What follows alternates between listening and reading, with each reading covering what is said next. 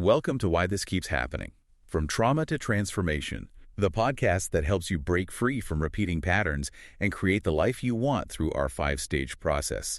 We're Mark and Lynetta. We are so glad you could join us today. Before we begin, we want you to know that this episode is based on a real coaching session.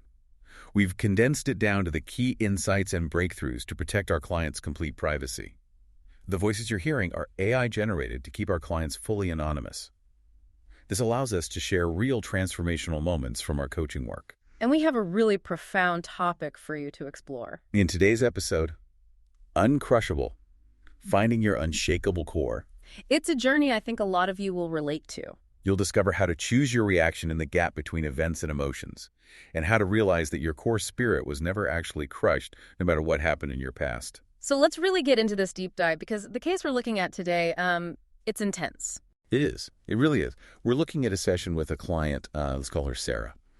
And I want to start with the actual physical reality of what she's dealing with. Because, when we talk about patterns or core beliefs on this deep dive, it can sound very, very intellectual, very much in the head. Right, like an abstract concept. Exactly. Yeah. But Sarah's experience is not abstract at all. It's violent. It's totally physical. She came to us describing this overwhelming somatic paranoia. Visceral. That's the word that just kept jumping out at me when reviewing her case. Visceral. She isn't describing worry or just anxiety in the casual way people use those words. She's talking about an actual physical sensation, like a warmth flooding her belly and her chest. Yeah, she compared it to a hormonal surge. Yeah. Or even like the feeling of a really heavy drug suddenly taking effect in the bloodstream. It's chemical terror. That's what she's living with. She's stuck in this loop where even when life is objectively good, or honestly, especially when life is going well, she feels this impending catastrophe looming over her. And that distinction is crucial for you to understand because, well, she was actually using kratom to manage it. She described getting this sort of morphine-like peace from it, a feeling of, release where the terror finally just unclenched its grip. But the tragedy of that, and really the catalyst for why she sought us out, is what happens the very next morning.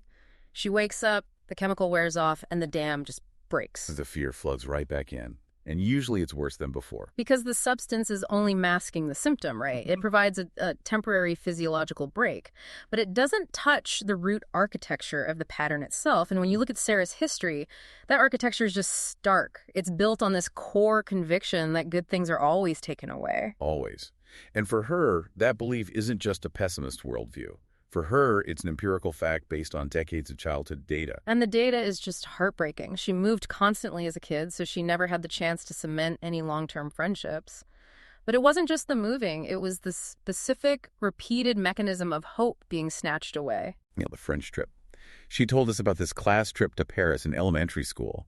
I mean, imagine being that age. She's studying the language. She's planning the itinerary with her friends. She's effectively living in that future joy. She's already there in her mind. And then at the literal 11th hour, her parents pull the plug. They just say, oh, we can't afford it.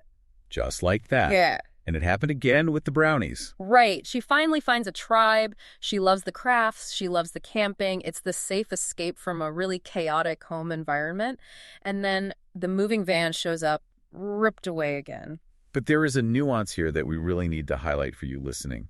It wasn't just the loss of the trip or the scout troop that did the damage. It was the silence that followed the loss. That is such a critical point. Her parents never sat her down and said, we know this hurts, or we are so sorry this is happening to you. They completely ignored the emotional reality of it. They just expected her to absorb the shock and keep moving. That silence is the cement. That's what locks the pattern in place. It teaches the child, not only do I lose the good thing, but my pain about losing it is totally invalid. And honestly, hearing her talk about that actually triggered a memory for me during the session, something I haven't thought about in years. It's kind of the perfect example of how arbitrary this powerlessness feels when you're a kid. Oh, the stamp story. Yes. Do you remember green stamps? Vaguely, like the little stamps you got at the grocery store to trade for household items, right? Exactly. My family was collecting them religiously, and I was promised this massive toy fire truck. It was the absolute holy grail of my childhood. So we're at the Redemption Center, and I am just vibrating with excitement. But being a kid, I get into some minor squabble with my sister in the store aisle. Nothing major at all. But my dad, he decides this is a teaching moment. Oh, no. Yeah, he looks at the cashier and says, because of his behavior, we aren't getting the truck. That is harsh. But unfortunately, that was a pretty standard punishment dynamic for that era. But wait for it. He winked at the cashier. He actually winked. Wow. Right. So my 6-year-old brain sees that wink and thinks, oh, it's a performance for the cashier. I'm still getting the truck. But you didn't. Never saw the truck. The wink was, I don't even know, a power trip, a cruelty. But that exact moment solidified my own version of the pattern. The rug gets pulled out at the last second, and the people in charge actually enjoy doing it. That wink is devastating because it introduces chaos into the system. It's not just a simple actions have consequences lesson. It teaches you that reality is unstable, that the people you trust are playing a game you don't understand. Exactly. And this brings us directly to the mechanism Sarah needed to learn. When you are conditioned to believe the rug will be cold, whether it's a canceled trip or a wink from a father, you spend your entire life constantly bracing for impact. You're reacting to the threat of the event, not the event itself. And that is exactly where we introduce the concept of the gap. The gap. This is a concept heavily popularized by Wayne Dyer, but it's really foundational to almost all consciousness work. The premise is simple but profound. There is an event, say, someone cuts you off in traffic, and then there is your reaction to it, like getting angry. Most of us go through life believing those two things are completely fused together. We say things like, he cut me off, so I got mad. Or, you made me feel this way. We use language that reinforces that lack of control, but the gap is that split second of space between the stimulus and the response. The entire goal of our work with Sarah, and really for anyone wanting to break these patterns, is to widen that gap. Because if you can widen it, you can stand in it. And if you can stand in it, you can actually choose a response rather than just running a pre-programmed survival script. But Sarah, she did not just accept that easily. She fought back hard on this. She really did. And honestly, I really appreciated her argument. She's incredibly well-read. She started citing David Hawkins to us, arguing that emotion hits the body before the thought even occurs. Right. She felt biologically predestined to feel this terror because the trauma is literally stored in her cells. She was essentially saying, I can't use the gap because my body reacts faster than my mind. It's a very valid challenge. And scientifically, she isn't entirely wrong regarding the sheer speed of the nervous system. When trauma is somatic, it feels absolutely instantaneous. The nervous system is designed for speed. If you see a tiger in the wild, you don't want to stand there and ponder your philosophical options. You want your body to run before you even realize why you're running. So Sarah is arguing that her biology is running the show. But if we accept that as absolute truth, we hit a complete dead end in coaching. Right. It completely reinforces victimhood. If biology is your destiny, you're just a passenger in a crashing car. You have no agency. Precisely. Yeah. So we had to ask her to look closer at the actual timeline of what happens in the brain. Even if it is a nanosecond, there is a cognitive assessment before the emotion fully takes hold of the body. There is a micro moment where the brain says, this is dangerous or this is wrong, and that thought is what triggers the chemical cascade. So the work we were doing with her wasn't about trying to beat the speed of light. It's about catching that nanosecond. It's about realizing that while the somatic feeling, that heat in her chest, is undeniably real, you don't have to let it dictate the reality of the next hour of your life. Exactly. You can feel the wave of heat in your chest and consciously choose not to conclude that the world is ending. And navigating that requires looking at how she views herself in those moments of intense reaction. We had to address this massive label she's been carrying around since those early days of the Paris trip and the moving vans. The label of being defiant. That word is so heavily loaded. Parents love to use that word. You're being defiant. It implies that the child is fundamentally broken or bad or just causing trouble for the sake of it. And Sarah has worn that label like a scarlet letter her entire life. She felt deep shame about it. It carries so much shame. But we tried a linguistic experiment with her in the session to shift that perspective. We asked her to imagine a scenario. If a friend decides to climb a mountain and the weather turns terrible and the trail is insanely steep and everyone tells them to just quit and turn back, but they keep going anyway, what do we call them? We call them determined. We call them gritty. We admire them for it. We do. But if a child resists a parent who is being unjust or controlling or dismissive, the parent calls that child defiant. The actual behavior is identical. It's sticking to a course of action despite heavy resistance. The only difference is whether the observer happens to like what you're doing. You could literally see the physical shift in the room when that clicked for her. It was incredible. She decided right then and there to drop the label defiant and pick up the label determined. It changes the entire energy of her past from I am bad to I am powerful. It reclaims her agency. Because determined is an internal driver. It belongs to you. Defiant is just a reaction to someone else's control. But changing the label intellectually doesn't make the bodily fear vanish instantly.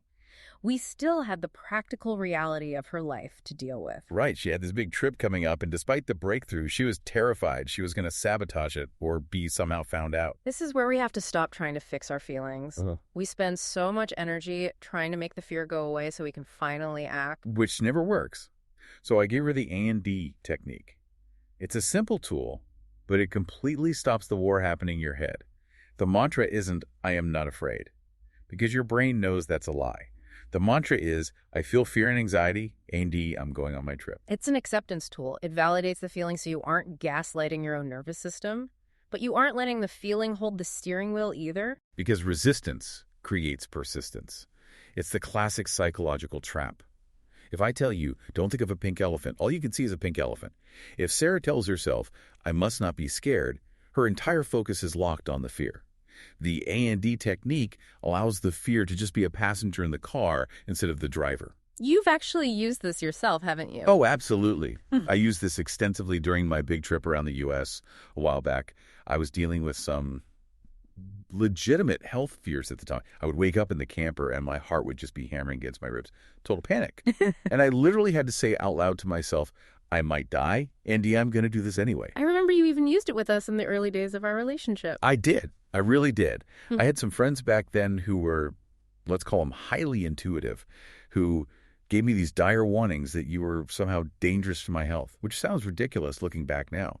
But at the time, given my own patterns of expecting the rug to be pulled, I was terrified. I had to make that exact same choice. I'm afraid, Andy, I want to be with this woman. It's about a willingness to move forward with the fear, rather than waiting for the illusion of total safety. And that willingness leads us to what was absolutely the climax of Sarah's session. This was the moment that really stunned me. I think it's the core of everything we're talking about today. Sarah was still struggling with this heavy narrative that her spirit had ultimately been crushed by her parents. She really felt like they had won, that they had broken her down into pieces. She fully believed she was a pile of broken pieces. Yeah. But I asked her a question that I don't think she had ever considered in her entire life. I asked her, Sarah, did you ever stop believing that they were the ones who were wrong? And the room just went completely silent. She said no.